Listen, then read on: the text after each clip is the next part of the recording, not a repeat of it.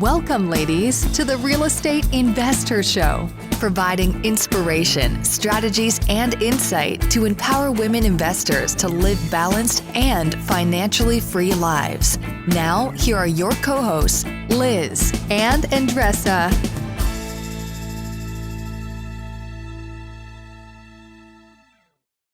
Welcome back, ladies. This is Liz. And this is Andressa. Welcome back to the Real Estate InvestHER Show. We're so excited that you're back with us for our double feature here, where I interviewed Andressa, and she is now interviewing me in celebration of our 3-year anniversary of launching our podcast. So I am excited because I don't have to ask any questions today. I'm just going to answer questions. That's one of the things I love doing. So look about that. I know I'm giving you the floor, Andressa. Well, so where should we start, right? First of all, for those that don't know, I was a journalist before, and I was like, okay, I just throw some money into college, right? We're not going to do anything with that. So here I am interviewing people. So this is very special because I know Liz. Liz is my business partner, but first we were friends, right? We met through Bigger Pockets, but we were friends and we built that very solid foundation.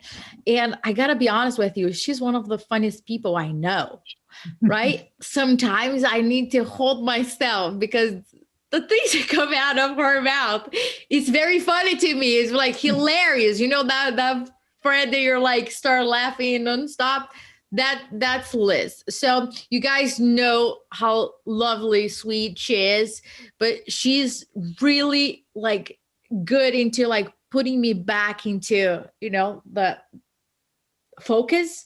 She's that friend that she can be kind, but she won't tolerate you, you know, too much into like this, just like negative thought or something like that. Not that I call her all the time about this, but this is somebody that she's kind, but she can handle it. She's strong. Her core is very strong as a friend, as a human being, that she can really support friends around her in that sense.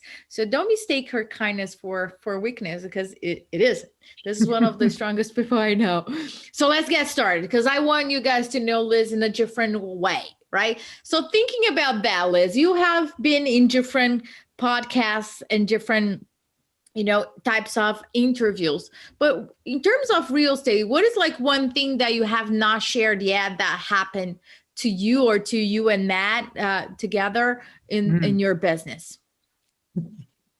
What is it? Where do I begin? No, there's probably a number of things that, and I think we do touch on this, where people, they share their successes, or people look at what you're up to and they're like, oh, this is easy for them, right? Or what have you. And I would say my real estate investing journey with my husband was anything but easy, to be honest with you. We've been doing this for 15 years, and we hit our stride in the latter years, not the beginning years. There was a lot of struggle, a lot of like mistakes along the way. I think one of the things that when I think about my journey, and it is a mistake, was we got started with other people's money. We're raising money now, and we work with a lot of investors, and that's really how we've been able to get into larger multi, which we're involved in now.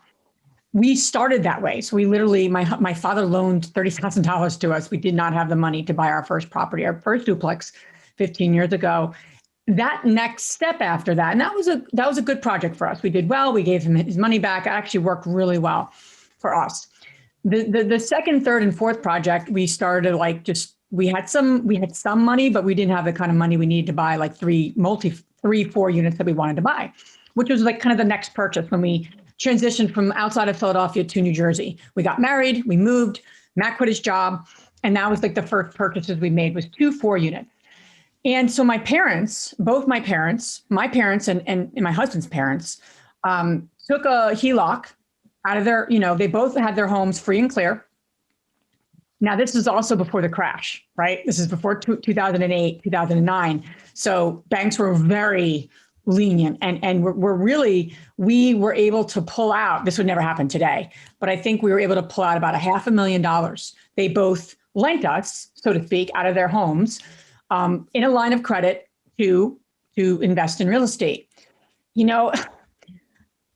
the mistake, it wasn't like we went to Vegas. I'm not going to be like, wow, that's horrible. No, I didn't go to Vegas. We didn't like frivolously spend the money by any means. However, because we weren't as focused, we weren't as knowledgeable, money is a double-edged sword. And I've come to appreciate money. Money can be, you could do amazing things with it. You could also not, do amazing things with it. And so we ended up buying long-term assets with those lines of credit. And they weren't value add long-term assets, right? The BRRRR strategy. Right. If you're really going to use a line of credit, I obviously know this now, you have to create enough value that when you refinance 75%, 80% loan to value, whatever banks are quoting these days, you have to be able to pull all that money out and then use it again. That's the beauty of a line of credit. That's the magic of a line of credit. We didn't know that at the time. So we took a lot of those initial funds from our parents and bought long-term assets. And some of the assets we bought were not cash flowing. We didn't run the numbers the way we should have. We missed things. So, here we have like $500,000 that we're owed to our family, right? It's not like every day you're like, oh, okay, yeah, this is how we're going to make that $500,000 back, right? You gotta hustle. So over the years, we whittled that down to about 150,000, which is good, which we're proud of. We sold some assets. We made some money here. I mean, really, it's always been like paying the lines. There's good debt and bad debt in real estate. Us having a line of credit against our parents' homes that's tied up in a asset that we couldn't sell, that we could get that money back, in my book is bad debt, not good debt. Plus, it's not even our money technically, right? So I've had this I had guilt around it. I had remorse around it. I beat myself up for this has been a decade, right? It's been a long time. So, and we have a plan now. We actually we have made, we paid about 70,000 last year, and we have this last piece, and we have a plan this year to kind of get it complete. And I'm confident we'll get this done this year. But as I share that, right, it's like you just want to you don't want to say that. I did the wrong thing with this money. Again, it wasn't like we stole it or, really, but it wasn't like the best decision. And, I had a lot of guilt around it for many years. And I share that because any money mistake you make, even if it's literally $500,000, that felt really overwhelming to us for many years. And quite honestly, we didn't do much for many years. We were just surviving. My husband quit his job. I'm paying our bills myself. We're just like, shit, we got to take care of this. Our parents we didn't want our parents to have to pass away and be like, oh, by the way, siblings, by the way, we have some lines of credit out on our parents' home. Talk about a shit storm, right? We wanted it clean. So, I feel good about it. We have a pathway to it, but it's been a while. And I think that's probably one of the biggest mistakes is not being a better manager of money early on. Well, thank you for sharing that. I didn't know that. So guys, hearing this, just shine a light that when you look at people's success and their story, it didn't happen over time, right? It's not that they had $500,000 sitting down their bank account and they could play with that. Right. So when you're really looking at comparing your life to other people's lives, because you're comparing your reality to their success, what you think it is, and there's that discrepancy, right? So it's really unfair to you. And when you are talking to people, really get to know them and what they had to go through in order for them to be where they are right now. But I'm sure we're going to celebrate the last check that you guys said. Yes. We're going to celebrate that. We talk a lot about it too. Bottle of wine. I'm going to drink. We'll do a celebratory. I'm not going to drink tea. I'm going to drink wine. There you go. Let go of that tea. There you go.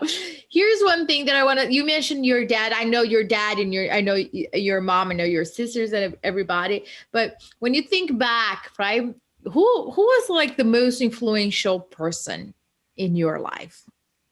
Growing up? Yes. It's interesting.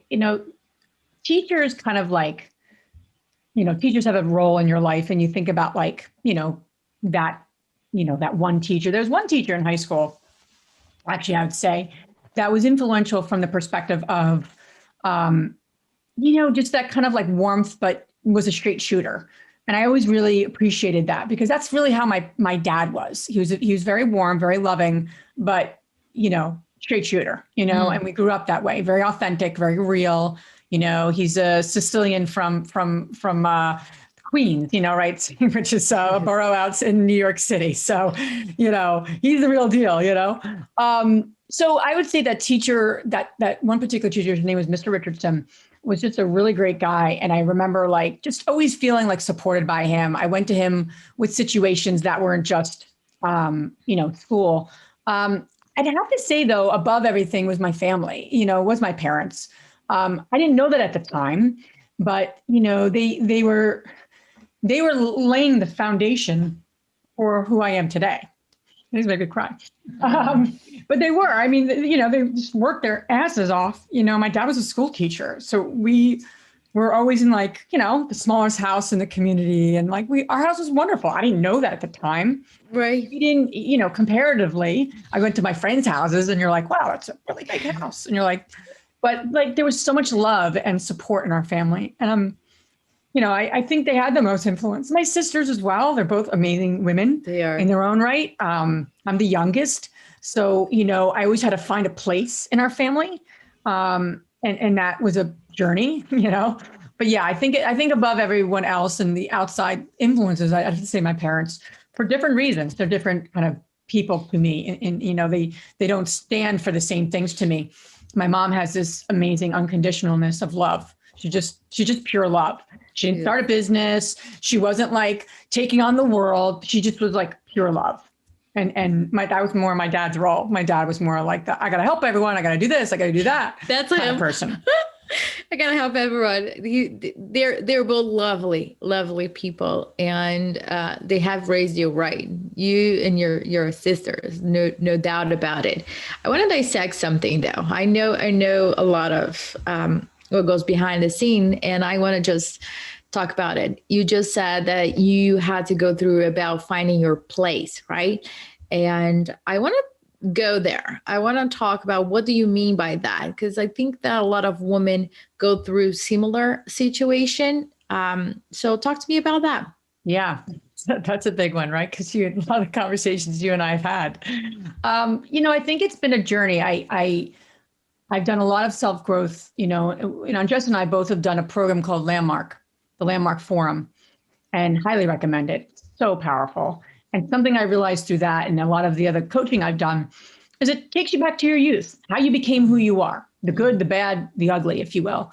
And sometimes all the good things that you got, acclimates for become, sometimes overused. So what I mean by that is I was a really happy-go-lucky kid. I was a really easy kid. I was a very friendly kid. I didn't rock the boat. I was just oh, there's Liz, this stable, easygoing person. I was competitive though, too. I did like to win. I played sports. I was she's good at sports, people. So, I was very competitive in my own right, in a good way. But, I playing Monopoly with my son now, right? I'm like, Zach, I'm going to beat you because I like to win. But you don't have to win. We go through that whole conversation. He has that in him too. Okay. So I was an easygoing kid. And what I mean by that is I wasn't overly seen though. Meaning I wasn't the lead of anything. And I always as the youngest and I was part of this friend group and they were great, great friends. I was always the one that was picked on the most. I was always the one that was oh yeah, and there's Liz. I wasn't the center of attention. I don't need to be the center of attention. I don't mean it by that. I wasn't, I didn't feel noticed. I guess that's the best way to say it for me as I look back on it. I didn't know that at the time. And when I went from high school to college, I made a very, very unconscious decision to be noticed. So I even changed my name. I'm not changed my name. I was always Elizabeth. What was your name? I know, right? I was Susie. I was Roxanne, and now I'm Liz. No. But I was, and I'm actually not the person I'm saying. No, I'm joking. What a great episode this will be. No, I was actually Elizabeth. Everyone called me Elizabeth. When I connect with people in high school, Elizabeth. I love that name. When I went to college, I introduced myself as Liz. I actually literally just took what I used to be called and I'm no, I'm Liz now. And I ran for student government president, freshman class president. I got close to a 4.0.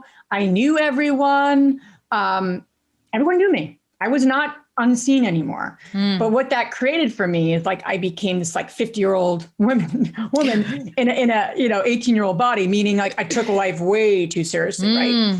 And I almost acted like I was like, literally 45 years old going to college, because just the way I acted, the way I took everything on, it's just interesting. So I guess what I'm saying is we make decisions in life during our youth, and it served us for a point. And then that became a detriment where I was looking to achieve just to achieve. I'm like, I'm going to speak at graduation. I did speak at graduation. Usually just the class president speaks at graduation. However, I was the student government president, and I changed the rule so I can speak at graduation. I'm not even joking. Like, that's how much a shift I went from this like happy-go-lucky, easygoing, carefree to like, now I'm going to conquer the world. And it was like this 360 I made, and I didn't even realize it at the time. Now looking back, I'm like, ooh, I got to get some of that carefreeness back. And I think, marrying my husband, Matt, helped a lot because he's more like that. So, but I think it's just very eye-opening. And where I am in my life right now is what served me as a kid, being easygoing and loving and easy, easy, if you will, was a very good quality of mine. And I'm still pretty like easy to get along with. It's not like, oh, wow, Liz is the most difficult person. But there's times that doesn't serve me, where we're growing a business. I have to have difficult conversations. I don't like conflict always. And I have to have those conversations in the way that works for me. And you've been a huge stand, partnering with Andressa, she hasn't allowed me to just be someone who just kind of getting by. Right. And I'm not that person, but she's been an amazing friend and partner where I've had to look at myself in the mirror and be open to that, to say, yeah, I could really get better here, or I can really do this differently. So I'm evolving in my easygoingness way of being, and kind of taking a stand when I need to in the way that works for me. That's, been the biggest thing for me. I love that. I see in Liz, this, I always say, Liz, naturally, she's joy, right? Anything that it's outside that is something else. And I know her in a way that I can sense that energy over the phone. There was one time I was driving to Trenton to meet Liz and Matt, and I sensed on her voice something was off. And then I stopped the meeting. I was like, what's going on? And I don't remember exactly what was going on. But I was like, Matt, we're not going to meet today. I'm changing my route here. I'm going to pick up Liz. I'm going to go have lunch. You did. You came to my house. Yeah. And you're like, no. And I was like, yes. And Matt was like, yes, she is. Yeah. So we changed the whole thing, because when you know somebody, the core of that person, right? Anything else outside, it's off. So when Liz says like we are stand for each other, right? We know our course, so we stand for that. So talking about like all those lessons, Liz, is there a specific lesson or something that is taking you the longest to learn? I would say just not doing it all by myself. I think that's why you and I started this community. That's why we started our podcast. I'm still learning that. I'm still learning to let go, even just household things, right? Household cleaning, or more support, for my kids, so I don't do it alone. The preconceived notions I should be able to, right? I should be able to build a business, do all this. And it's just the shoulds just, I think I'm making baby steps, and I'm making steps towards, getting more help, if you will. No doubt. And I think it just hasn't happened overnight. It hasn't happened like super quickly, but I think I'm conscious of it, and I continually am making, movement towards it. And sometimes it's uncomfortable, right? Even just hiring someone to cut my grass was uncomfortable, because I'm like, I could cut my grass. Why would I hire someone to cut my grass? So that like hard work ethic way of being is just instilled in me. I don't often think, how can I outsource? How can I don't naturally do that, but I'm learning to, and trying to get better with that. I'm proud of you. I know that's the way. I just thought about it today. I'm like, I had this cleaner I was supposed to call, and I just haven't called. I just need to spend the time. Like, and then I'm like, oh, it's so much to do is keep my house up. It's like this, crazy little cycle we go into, right? Absolutely. But I think that's the hardest thing, that the longest thing, the thing that's taken me the longest to learn, but hopefully in my 10-year self, be like, yep, nip that in the bud in 2021. Awesome. I remember a couple of years ago that I read a blog from you on Bigger Pockets, and he was talking about a conversation that you had with Matt, and he straight up told you, if we don't change things, we're heading to a divorce. Yes. And I was like, what is happening here, right? And it's not that it doesn't happen in other people's lives and relationships, is that you have the courage to share that.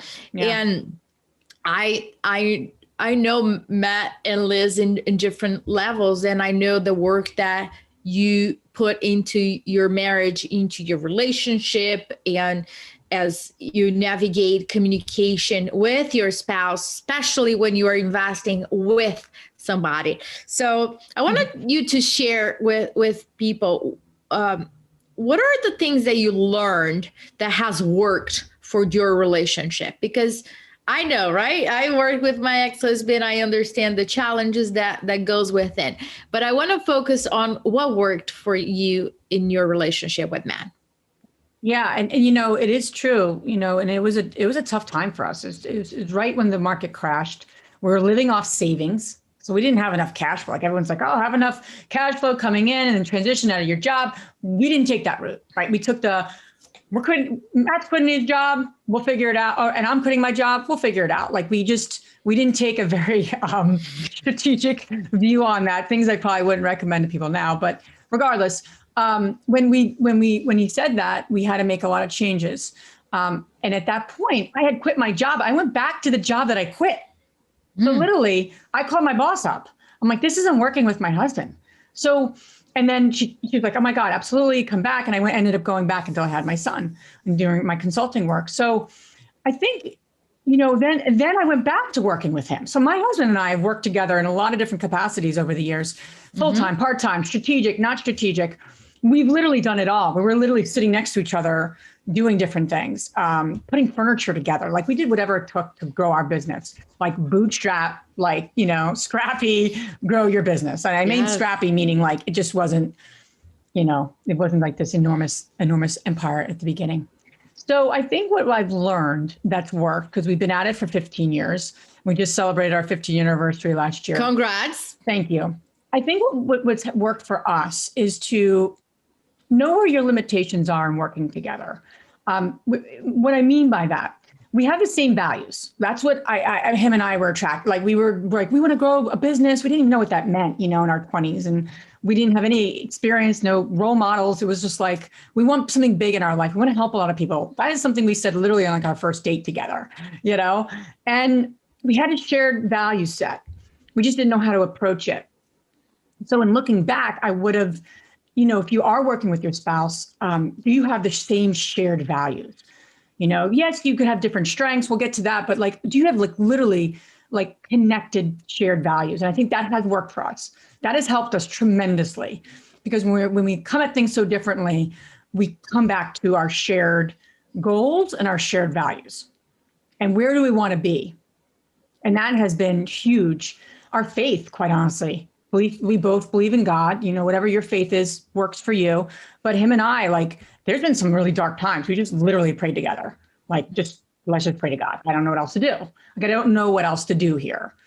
So our faith has been huge, and it can be faith in each other. If you don't believe in God, whatever works for you. But for us, we just really always okay, we got to really sit on this and get quiet, because we really need some help.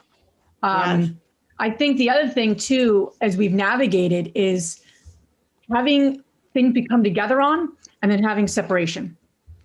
So when you work with your spouse, especially if you're doing it full time, some people work beautifully together and they build this business together, and they're like two peas in a pod. That never worked for me in that, ever. What I mean by that is he wanted to take the role. I wanted to take the lead. He wanted to take the lead. We are better married partners and better married, strategic. We work together in ways strategically. We have business meetings. We talk about what's going on in the business, but it wasn't until I'm like, I'm not going to be involved as much in the day-to-day. You're in charge of that part of our business. Now I'm involved in other parts of our investing. Like I've been very openly sharing that my goal this year is to buy a vacation rental. Yes. I'm the lead on that. We've been very clear. Matt's like, you're going to lead that project. Let me know what I could do and help. And it's not like I don't involve him. And he doesn't mean he doesn't involve me in, our apartment building business and all the other things we have going on. But it really helped us to to delineate and say, this is what you're involved in, and this is what you're involved in. We're not involved in everything together. And I think that's what I love about InvestHER. When you and I came together, I just had my son. I was like working with Matt, and I'm like, shit, is there anything else I can do besides work with him? No offense, but I knew I needed something else. Like I was building a consulting business. I had my own thing. I had my own clients. I love that. I loved having like a piece that Liz just does. And I think as women, it's really important. And then here I am like helping my husband. And at the end of the day, it's like, oh, you're Matt's wife. And that's okay. It's not about me. People, now it's the other way around. People know me more than him. No, I'm joking. He doesn't like that. But no, regardless, it's really about like, what can your relationship withhold and withstand? And what do you really want? And we learned along the way what works for us. And what doesn't work is just being together, all in on everything together. And I have my own thing. He has his own thing, and we come together, and it just works for us. So, one thing that I learned from you, because I've seen it and you already expressed it, and I want you to share it with people that are listening. It's like when he comes with a challenge or something, that like being a cheerleader or really like going like, what the hell, what's going on over here? Can you share that? Yeah, absolutely. It's actually on my vision board. You'd be proud of me because you do vision boards. And for Matt, I didn't put a picture of him and I, although it would have been nice, but I put a picture of a cheerleader, so when I look at my vision board, I know that's who I am in that role for my life. So what Andressa is speaking of, and I've done a lot of personal growth like Andressa, and one of the women's weekends, it was literally a specific weekend for women. And what was really amazing about it was how women are in relationship with men, or feminine, masculine. You can get into this in a lot of different ways, but the bottom line was, when you're with your spouse, and I know this from my husband too, is that he needs me to be more of a cheerleader and a support versus like micromanaging him. Most men would probably agree, if they're listening to this, they don't want to be micromanaged. They don't want a mother, right? They didn't get married to now have another mother. And I think, I can only speak personally, but there was many moments of my early time being married where I wasn't a mother, but I was like, I grilled him. And because I didn't know what was going on with X, Y, and Z project. It was an intense time for us. Again, I've shared some of those pieces today. And so my natural way when I'm worried or fearful, I'll just grill. And it just was like a fork in the road for us in our marriage and our business, and it wasn't supporting. I was just micromanaging. And I had to really learn through that weekend, like, what does he really need from me? And having that dialogue, it was more of like, I need you to be my support. Even now, I'll say, oh, how's this going? And I know there's certain things with one of our particular buildings that's just, there's still a process that's being worked through. And he'll say what's going on. And I don't ask any more questions. I'm like, sounds like you got that. Sounds like you're on top of it. And I just leave it at that. I don't like, oh, well, did you think of this? He's not asking for my ideas, or he would ask for my ideas. And he does ask for my ideas. So when he doesn't ask for my ideas, I don't just offer my opinion for a half hour. It's been hard because I liked it, but now I don't have time for a half hour conversation because I got to get to the stuff that I'm involved in, which is a blessing for me, right? I have something else to focus on. When Liz doesn't have anything to focus on and I was just working with my husband, it was a shit show because I was like always on top of him about everything we were doing. I don't have the time for that now, which is perfect. So that awesome. Works for us, So being a cheerleader and being this like, not cheerleader like rah rah, but cheerleader in the sense of, you got this. I'm here for you. What kind of support do you need? And anticipating each other's needs, I think, is something that has helped us. And continually learn. I love that because I can see it, and you really change the dynamic and really elevate. So let's think about like Liz 10 years from now, right? What she would tell you if she came back and say, Liz, let me tell you something. I think she'd say like, Give yourself grace, be a little kinder to yourself, not a little, be a lot kinder to yourself. And I say this all the time in our gratitude journal. I have a great gratitude journal. I know, you and I both use. Yes. Like I say to myself a lot, and I think she would say, like, Rome wasn't built in a day. Mm-hmm. You don't raise children in a day. You don't build anything wonderful in a day. So stop trying to get it all in a day. Like, and I think there's this like expectation we put on ourselves that's unrealistic and unreasonable in a lot of ways. And it robs us of our peace. I'm trying to I want to peacefully achieve things. I don't want to just achieve to be peaceful. That doesn't seem like a good time or any fun in that. So I think that's what she'd say. I think she'd say, get help, like get out of your own way, figure it out. You have the money, get some help. I think she'd be really direct with me about that. Would she? Yeah, I think she would. I think Liz, 10 years, like you are just get off the your butt and get some help in the house and in your business. Stop making excuses. You'll figure it out with the money. Just stop your little excuses. I think she'd be really direct with me about that. So I love and then her. she'd give me a big hug. Right. That's Liz. I can't ask you, like, can go on and ask you I have like a ton of questions over here still to ask you, but I want to respect everybody's time. So let's transition to our fabulous 3 questions, Liz. And the first one is, what's the most transformational book you have ever read? I'd have to say it's so cliche, but Rich Dad Poor Dad.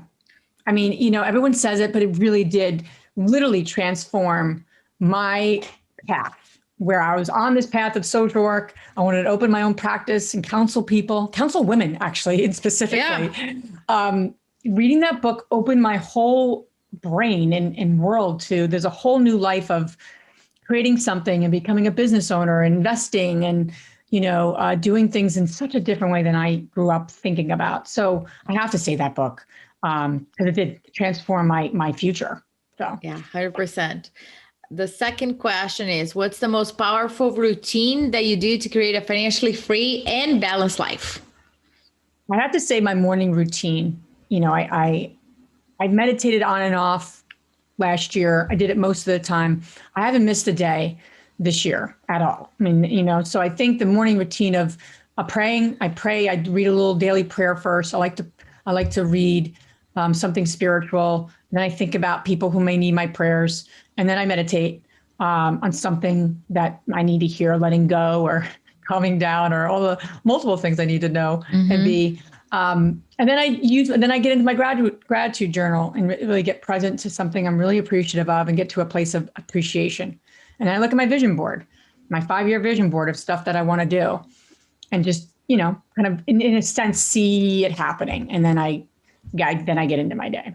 So my morning routine, I think, is really like, I have to do that. And working out is critical. I don't do it every day, but at least 4 times a week, I make time to work out. Awesome. And the last question is, which woman, famous or not, has inspired you the most?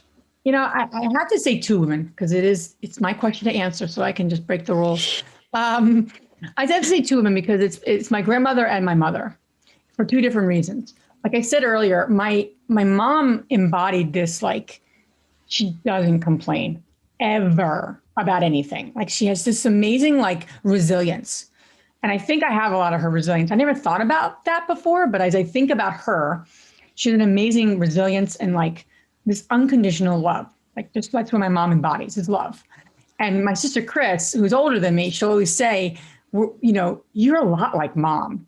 And I'm like, no, I'm not, because I think about like the other things, right? Mm-hmm. Or other things that were different.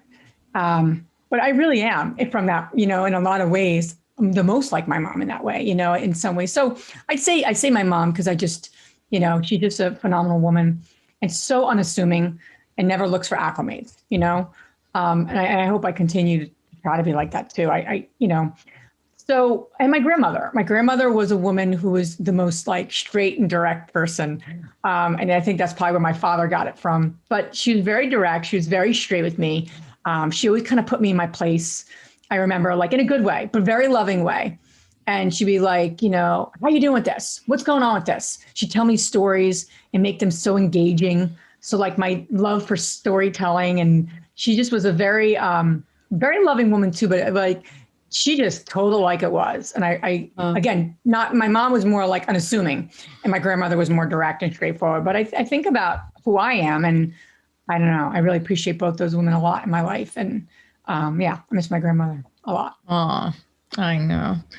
Well, Liz, it's been a pleasure, my friend. I always tell you that I couldn't have chosen. I think that I didn't choose. We all both really came from somewhere, because the odds of us meeting is really like, right out there. But I'm really beyond grateful to have you as my business partner, my, partner in crime, and above anything else, my friend. I know I can count on you. I know, no doubt, I have no doubt on that part over there, that we're solid. You're really solid. And I appreciate that. I really could not have chosen a better partner to be on this journey. I cannot imagine being beside anybody else but you. So I'm very thankful of you. And for all of you that are listening, I hope you guys enjoyed our anniversary special episode, and share things that you got out of it. Share your thought process and how you can apply, as Liz always says, take one thing and apply to your life. That's what we're here for. Keep us posted on your journey. Yeah, and share what we're up to. We're 3 years in, but we've just begun. We've just begun our journey of empowering women living a financially free and balanced life. That's how we feel some days. We're just starting out. We're babies, right? We're a 3-year-old, right? So we're up to a lot of other things to make a big impact, not for ourselves, but for all the women in this world and all the future generations, all the little girls and teens and women. And so that's what we're up to. So thank you for being on this journey, ladies. Thank you. If you enjoyed this podcast and want to receive updates on our next interviews, go to our website, therealestateinvestor.com. There, you can subscribe to our show, become part of our investor community, and get updates on upcoming episodes. If you like our show, please share with other women who would benefit. And don't forget to leave us a rating on iTunes. We'd really appreciate it. And as always, we encourage you to take one action as a result of today's show and put it into motion so you can live both a financially free and balanced life. Thanks for spending time with us. Ciao.